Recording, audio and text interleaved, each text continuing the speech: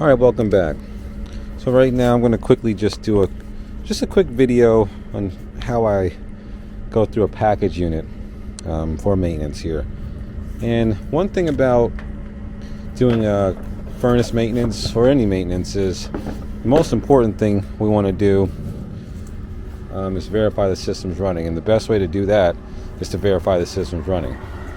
I say that to say that a lot of times we spend so much time, doing all this invasive things, pulling burners, cleaning them, and,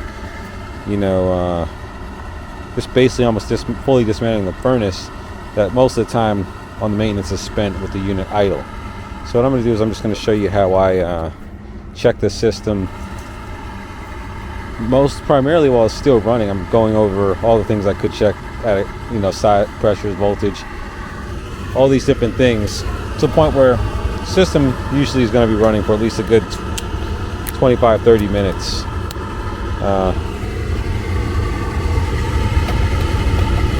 And that way it gets enough time for the limits, and if there was any issues, any of your safeties to fault on you, or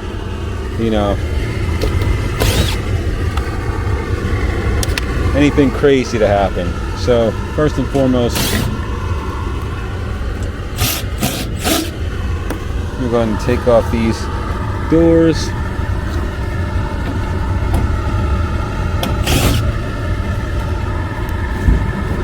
And like I said, most of the stuff can be checked non-invasively. Gas pressures. I can even inspect these burners with a mirror. I don't have to, pull the whole assembly. If they look good, they don't need to be cleaned. Okay? For the most part.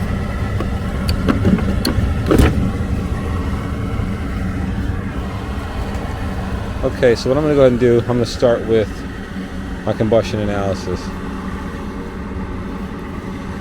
So essentially, I've got this here Testo 310 combustion analyzer. What I'm going to go ahead and do, I've got it in combustion mode. I've got it calibrated to outside ambient, not around the furnace. And okay, I'm just going to go ahead and drill a small hole here. We'll be able to fill that back up.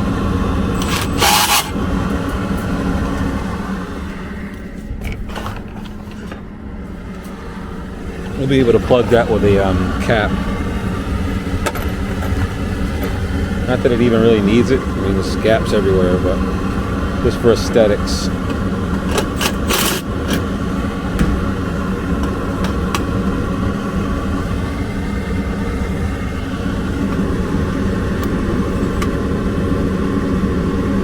Matter of fact,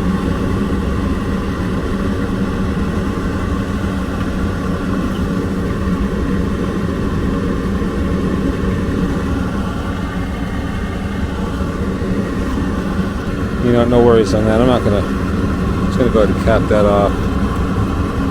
But I want to be able to. I don't want that there.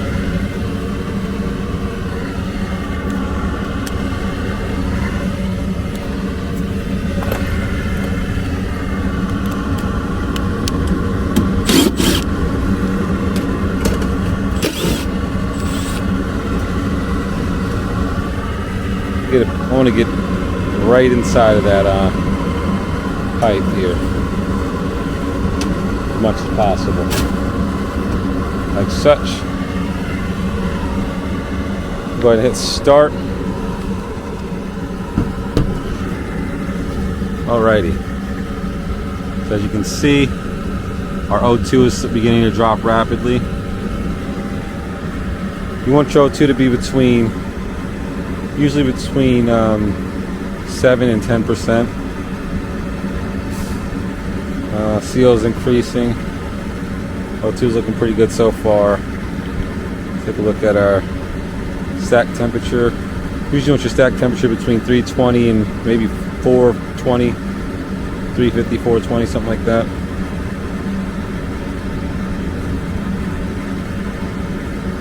There's our undiluted CO, that's nice. General rule of thumb, you want to try to keep that below 100 parts per million if possible. 400 is the standard of care. Efficiency 83%. Combustion air temperature we've got at 70 degrees.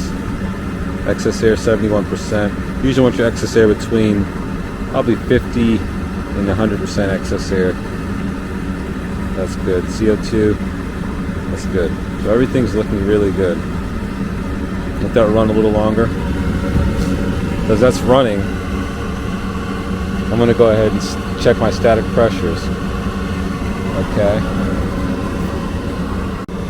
So far we've been running for, you know, good 3 to 5 minutes. And combustion analysis is looking good. About to check our static.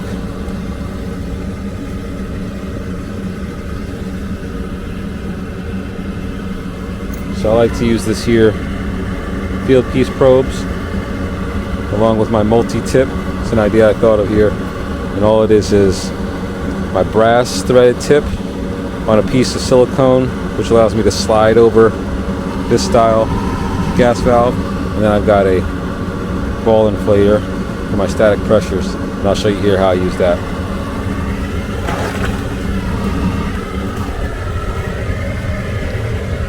So the way I check my static pressures on these Goodman package units, I'm just going to simply, my probe here,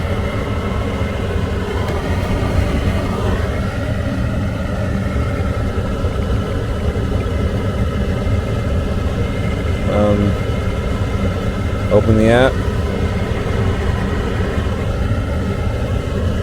good.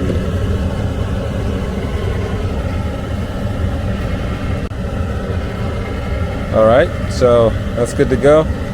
Now we see that we got, you can look back here, you can see there's a hole right here. I'm going to put my probe in that hole. You can feel it break through to the other side. As you can see, we got a 0.42 on our static pressure there. That's pretty high for the supply. Alright, pull the probe.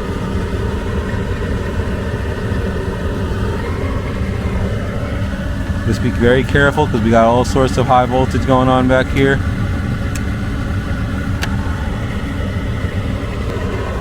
Okay, so we got a 0.42 on the supply side. Let's check our return.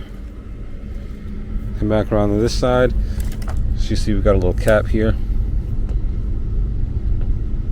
I don't even, there's a hole here already. Someone, maybe not. Pop that cap off. See here. Okay, look at that. 0.78, 0.79. That's pretty extreme. That's some high static there. And that's not even an AC mode. That's in heating mode, so you're going to be running a lower fan speed. So we've got an issue with our ductwork. We already know right at the bat. 0.42, 0.79. Okay.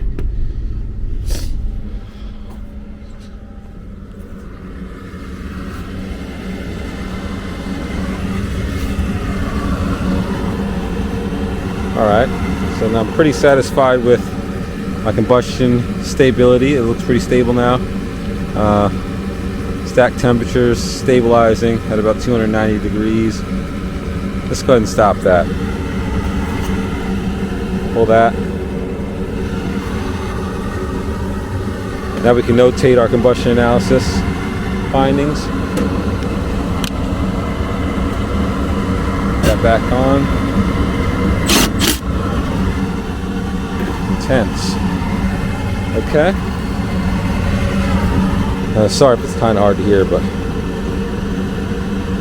now what we're going to do, remove our basketball inflator tip, stick that to the magnet there. Now we've got the silicone sleeve. Check our gas pressures.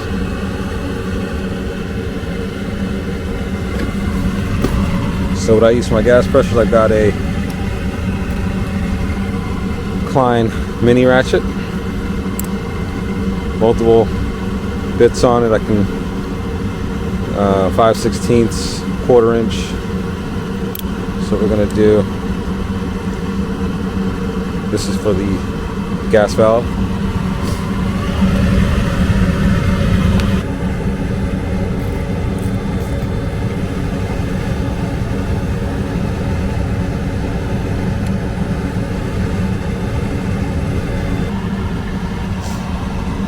Okay, so our inlet gas pressure is 7.18, so about 7.2 inches of water column. It's perfect.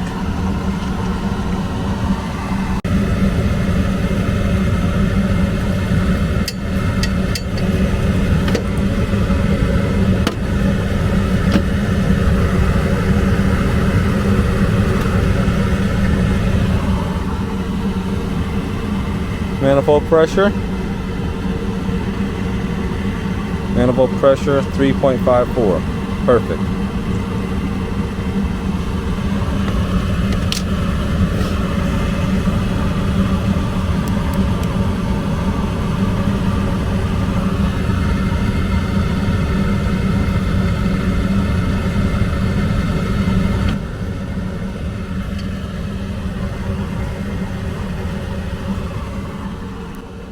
Okay, I already know the audio is going to be shot in this video, but it is what it's going to be. I'll try to do it ADR if possible. So I'm going to check my amp draw here now. The rated amps for these inducers are going to be pretty accurate. 1.4 is what we see on the side plate here. So as you can see, we got 1.3. It's pretty good, pretty close. Now check our blower. Okay, so we're going to check the blower amp draw here.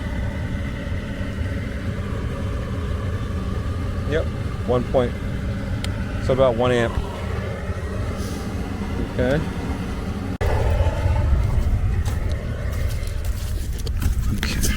All right. So we want to make sure we get our delta T as well. This is very important. So we see that's rising on us. It's pretty much the first thing I want to try to register is get that in there first thing, let that run as long as possible. We can see, I'm gonna go grab my flashlight, we can see what's going on with this ductwork and why we need to upsize this thing. Alrighty.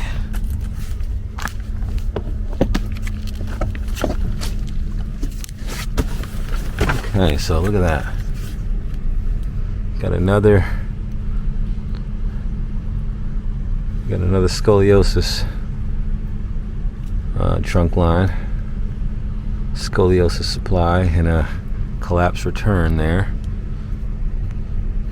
Okay. Yep, returns bending and shape shifting all throughout, so we're gonna go ahead and then quote them. Probably want to upsize that trunk line and run as far as it'll run to the distribution box. I spoke with the homeowner. He was saying his living room doesn't keep up. The bedrooms get really cold in the living room. It stays pretty hot, so we'll probably add a couple runs to his living room. And this should do it. All right. Okay, so we got 114 degrees coming out.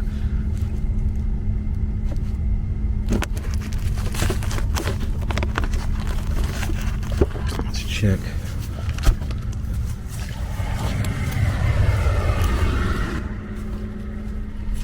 The return is. What I like to do is use this T1, T2 plate feature. That's gonna do the temp split for us.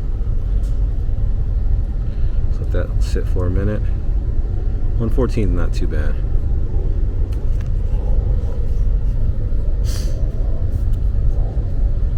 You need about 5 minutes to stabilize. These are pretty quick.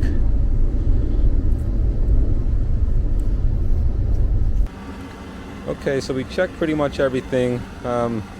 Like I said, the system's been running for a good 25-30 minutes now, and now I can go through and non-invasively inspect my burners with my with an inspection mirror. I'm going to go ahead and clean out this here inducer port, pressure switch port, Matter of fact, I'm going to quickly check my flame sensor while it's active as well. I mean, there's so much stuff you can do while the system is running, just to get that full run time out of it. And with the system being having this undersized ductwork, surprised that it has not tripped out on high limit yet, but it's doing okay.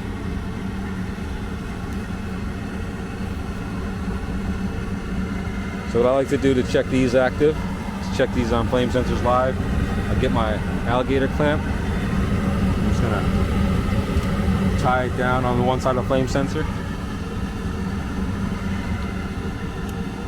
Some of these systems will die out too quick on you. Take the other tip off the side here, and I'm just gonna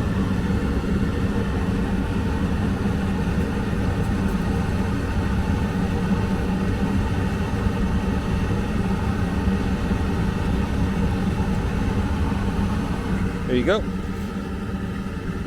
Make sure your microamps too, don't forget that. So we got 5 microamps DC. Okay, so see what I've got? It's just basically running in series. 5 microamps, so it looks good. Cool. And just let it die, because I'm going to pull that flame sensor out and clean it. So we've checked everything. While that's cooling off the heat exchanger,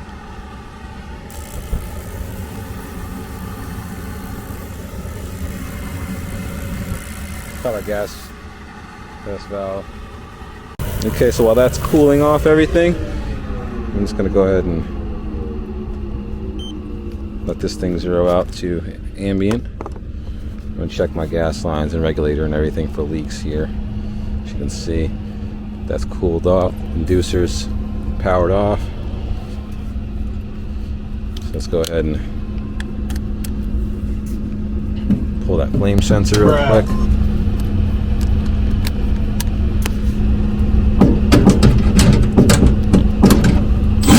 That's in there.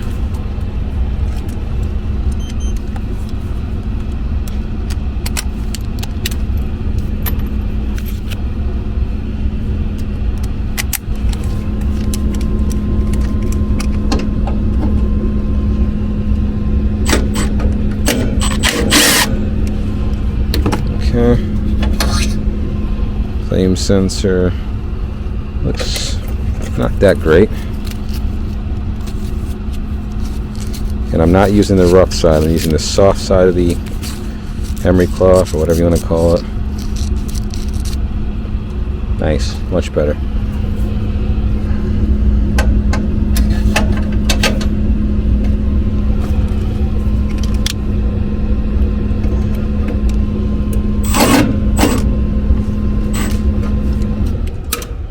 What the heck happened there?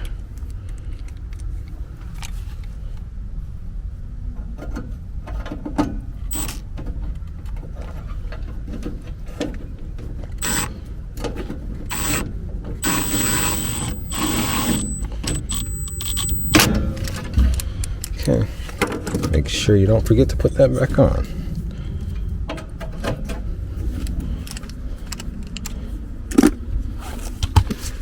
I'm gonna keep a piece of wire in here for cleaning out this inducer port here.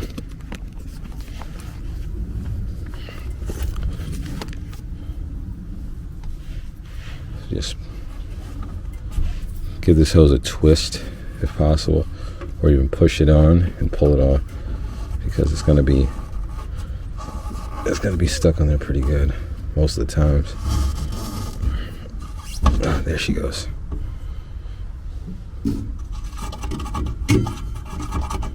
Just make sure that system's not running when you try that, because there's a impeller in there. She's good.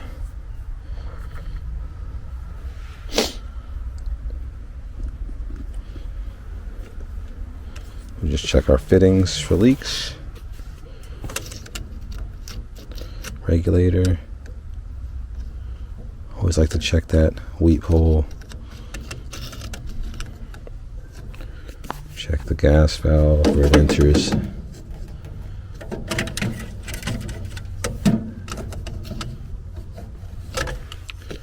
You want to make sure you check your flare joints. Those are very important because those are the main thing that's going to be leaking. And don't be fooled if it goes off like that when it's idle. That's just going to be remnant gas that's still left in the valve. It doesn't mean your gas valve is busted. It just means there's still some residual gas that's been left in there. So, but yeah, that's pretty much it, guys. I'm going to inspect the blower. And I don't think this has a capacitor on it. I think it's the ECM motor. So yeah, that's the way I like to just perform as much non-invasive as possible, because you're not going to throw your level 1 tech out here straight out of trade school and have them pulling burners and cleaning burners and all these things. And it's just make sure the system's running. If my combustion analysis isn't giving me any red flags, or my volts aren't amps and all these non-invasive things aren't giving me any red flags, and it runs for a decent amount of time, we know there's no issues. Okay, that's pretty much it. Turn that gas valve back on. Alright, that's pretty much it, guys. Let me know what you think. We'll see you in the next one. Thanks for watching.